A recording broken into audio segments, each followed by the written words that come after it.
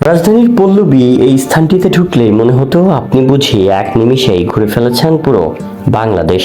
RAB, সাংবাদিক, গ্রাম্যবধূ, পাহাড়ি চাকমা সবাই আজ এক আঙিনায়। কোনো সিনেমার শুটিং নয়, কোনো নাটকের সেটও না, এটা শিশুদের রঙিন কল্পনার উৎসব।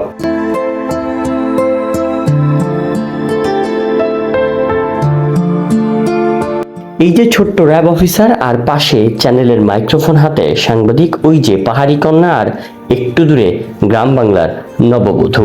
রাজধানীর পল্লবীর এভিনিউ 5-এ আজ ইউনিভার্সাল ইন্টারন্যাশনাল স্কুল প্রাঙ্গণ ছিল যেন এক টুকরো বৈচিত্র্যময় বাংলাদেশ।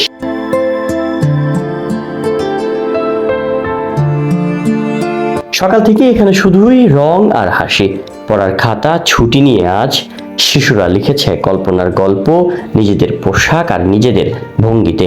কেউ হতে চায় দেশরক্ষক, কেউ সংবাদকর্মী, কেউ বা পাহাড়ের মানুষ, কেউ গ্রাম বাংলার প্রতিচ্ছবি। কাজটা বলতে হবে সাংবাদিক। একটু জোরে বলেন। পানি লাগবে পানি। আমার কাছে সুন্দর সুন্দর জিনিস আছে, নিবেননি? আমার কাছে সুন্দর জিনিস আছে, নিবেননি? গায়ের বধূ।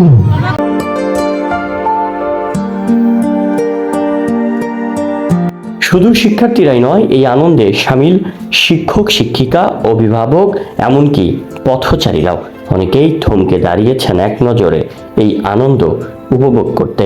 কেউ আবার মোবাইলে তুলেছেন এই চিত্র, কেউ কেউ মুগ্ধ চোখে দেখেছেন শৈশব আসলে কতটা রঙিন হতে পারে। কিন্তু এসবের চেয়েও আনন্দময় হয়ে উঠেছে এই রঙিন স্মৃতি, এই মুক্ত হাসি, এই ছোট ছোট স্বপ্নের মিছিল।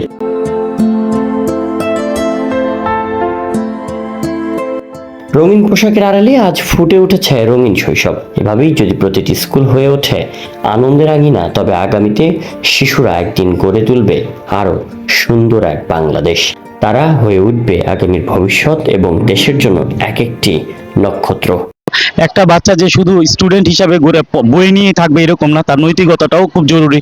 যে সে তার বাবা মাকে রেসপেক্ট করবে, সে তার শিক্ষককে রেসপেক্ট করবে, সমাজের প্রতি যে তার দায়িত্বগুলো আছে দায়িত্বগুলো পালন করবে। তো আমরা এইভাবে করে বাচ্চাদেরকে গড়ে তোলার চেষ্টা করতেছি। আমাদের ইউনিভার্সাল ইন্টারন্যাশনাল স্কুল 2015 সাল থেকে স্থাপিত হয়েছে। আজকে প্রায় আমাদের 2026 সাল চলতেছে, 11 বছরে পদার্পণ করেছি আমরা। প্রত্যেকটা বাচ্চা প্রতি বছরই জিপিএ A+ সহ প্রায় 100% পাশের হার থাকে আমাদের। তো আমাদের সামনে টার্গেট হচ্ছে যে আমরা খুব তাড়াতাড়ি কলেজের পারমিশন নিয়ে নিব 2-1 বছরের ভিতরে। জনতার আলো নিউজ ডেস্ক।